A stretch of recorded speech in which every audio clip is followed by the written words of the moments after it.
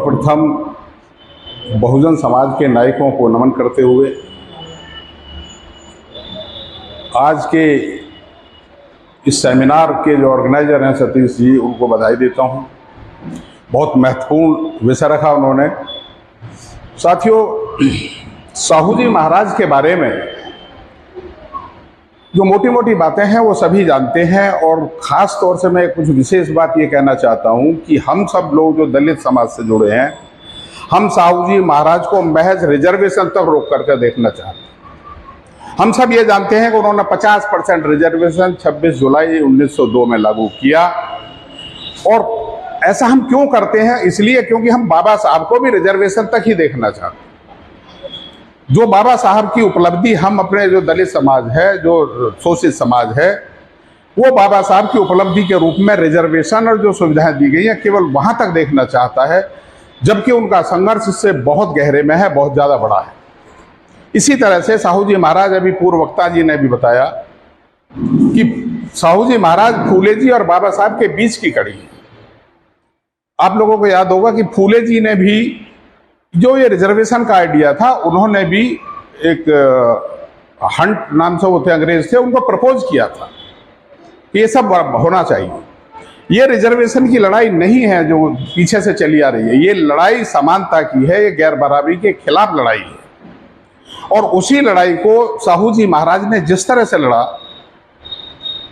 उसको जानना बहुत जरूरी है। अभी हमारे भाई बता रहे थे कि वो जो गंगाराम कांबले का बताया, तो गंगाराम कांबले दलित थे। जब उनके साथ वो व्यवहार हुआ तो साहू जी महाराज एक महाराज की हैसियत में होते हुए उन्होंने अपने पास से पैसे दिए और कहा कि चौराहे पर जा और दुकान खोल लो चाय पानी की, खाने की। तो उन्होंने कहा, महाराज आज का दौर इतना छुआछूत का है कि इसमें कौन आएगा मेरी दुकान पर? तो उन्होंने कहा, हम आएंगे उसमें। तो जब वो जाते हैं, साहू जी महाराज वहाँ जाते हैं, तो जाने के बाद जब वो खा पी रहे थे तो उन्होंने कहा, गंगाराम तूने लिख के नहीं लगाया यहाँ गंगाराम कांबले? तो कांबले कहते हैं कि महाराज मैं लिख के लगा दूंगा तो फिर बिल्कुल ही नहीं आएगा कोई भी। तो उन्होंने चुटकी लेते हुए मजाक के स्वर में कहा, अरे गंगाराम तूने तो सबका धर्म भ्रष्ट कर दिया, सबको मतलब यहाँ पे खिला रहा है।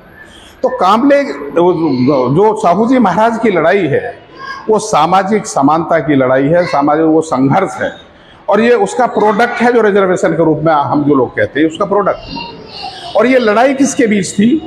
ये लड़ाई ब्राह्मणवाद के से हो रही थी, और ब्राह्मणवाद से साहू जी महाराज इधर लड़ रहे थे और उधर बाल गंगाधर तिलक लड़ रहे थे।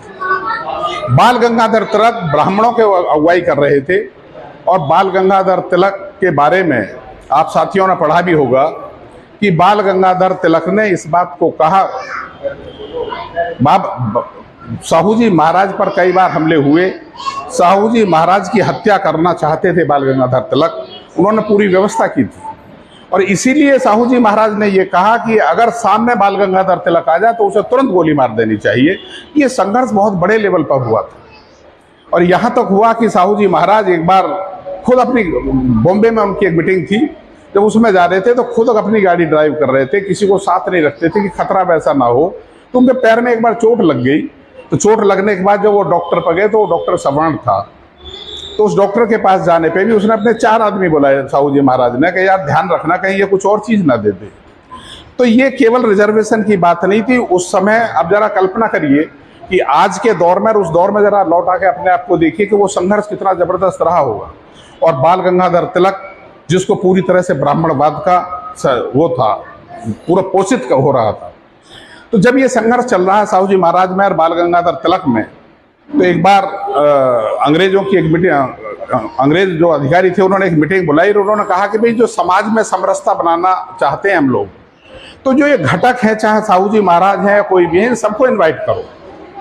तो जब ये इन्वाइट किए जा रहे थे तो साहू जी महाराज को जब ये इन्विटेशन आया तो उनको पता लगा कि वहाँ पर बाल गंगाधर तिलक भी इन्वाइट है।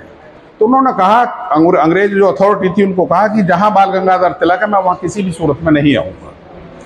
तो ये जो अब आप इसी कड़ी में अगर आप बाबा साहब को देखें तो बाबा साहब का संघर्ष रिजर्वेशन नहीं है, बाबा साहब का संघर्ष उस सदियों से गली सड़ी सामाजिक व्यवस्था को बदल करके बराबरी की व्यवस्था लाना है। तो ये बहुत गहरा संघर्ष है। तो साहू जी महाराज का बहुत बड़ा योगदान रहा, और साहू जी महाराज ने जो भी सुविधाएं दी, आप जरा सोचिएगा कि रिजर्वेशन हम सब लोग कहते हैं, रिजर्वेशन का आइडिया बहुत पहले आ गया था। और अगर देखें बाबा साहब का रिजर्वेशन जो संविधान में, बाबा साहब ने उसको प्रतिभूत किया है, बाबा साहब ने उसको लागू किया है, लेकिन ये आइडिया बहुत पहले से है, क्योंकि जो 1902 में इन्होंने लागू किया साहू जी महाराज ने, उसके बाद 1921 में लागू किया है, इसमें मैसूर में लागू हुआ है। 1927 में मद्रास प्रेसिडेंसी जो है उन्होंने पास किया, और वो पहला मौका था कि उन्होंने 44% सदन में पास किया था। पहला मौका था कि रिजर्वेशन सदन में पास हुआ। तो उसके बाद जब देश आज़ाद हो रहा तब जाकर ये हुई। और ज़रा कल्पना कीजिए कि साहू जी महाराज बैकवर्ड, दलित, सभी के लिए रिजर्वेशन की बात करते हैं।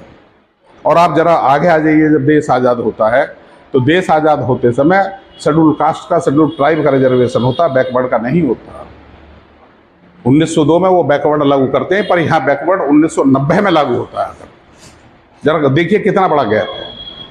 तो ये जो संघर्ष, अब इसका अगर हम दूसरा रूप देखें तो ये जो लड़ाई है ये केवल दलितों की लड़ाई नहीं है, ये बैकवर्ड जो जिन्हें बहुजन कहा गया है, ये उनकी लड़ाई है, ये उनकी लड़ाई है। और ये उनको साथ लिए बिना नहीं हो सकती, इसको अंजाम तक नहीं पहुंचाया जा सकता।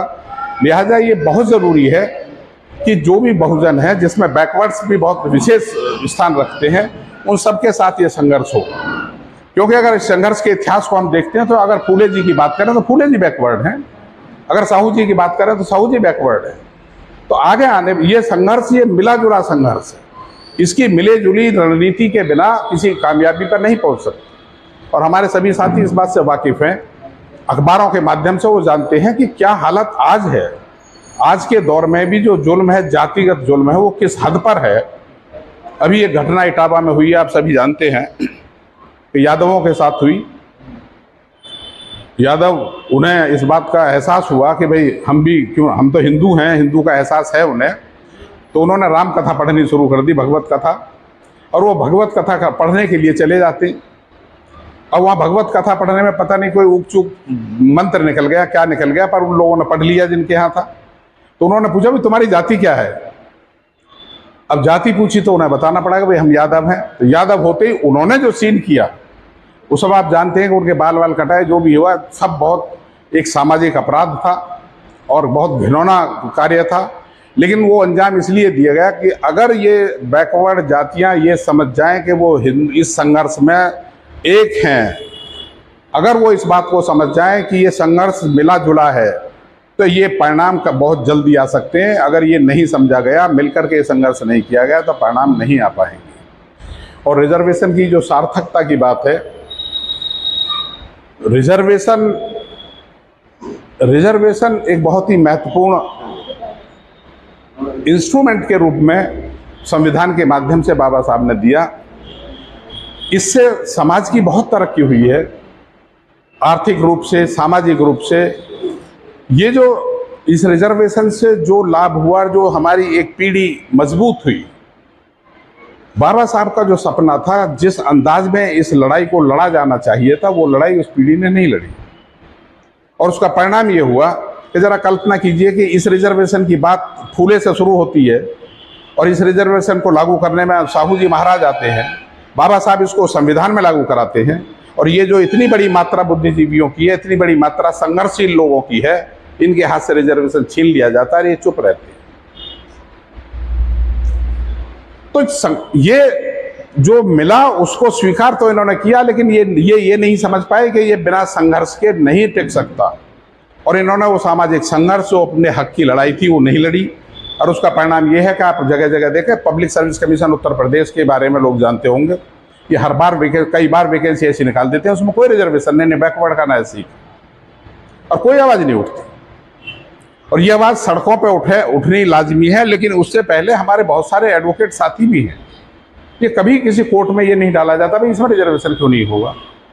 तो जब अब ये कौम जो भी लाभ मिले उनको पाने के बाद एक तरह से सुविधा भोगी स्थिति में होती चली गई और इनके हाथ से एक एक करके तमाम अधिकार छीन लिए गए, तो बाबा साहब बहुत दोबारा तो आएंगे नहीं। ये संघर्ष हम सबको ही करना होगा। और इस संघर्ष को, इस रिजर्वेशन को वो न माने, ये सामाजिक बदलाव का संघर्ष है, ये अब समानता का संघर्ष है। और जब तक समाज में से ब्राह्मणवाद खत्म नहीं होगा, समानता नहीं आएगी, तब तक ये संघर्ष जारी रहना चाहिए। इन्हीं शब्दों के साथ बहुत बहुत धन्यवाद सर।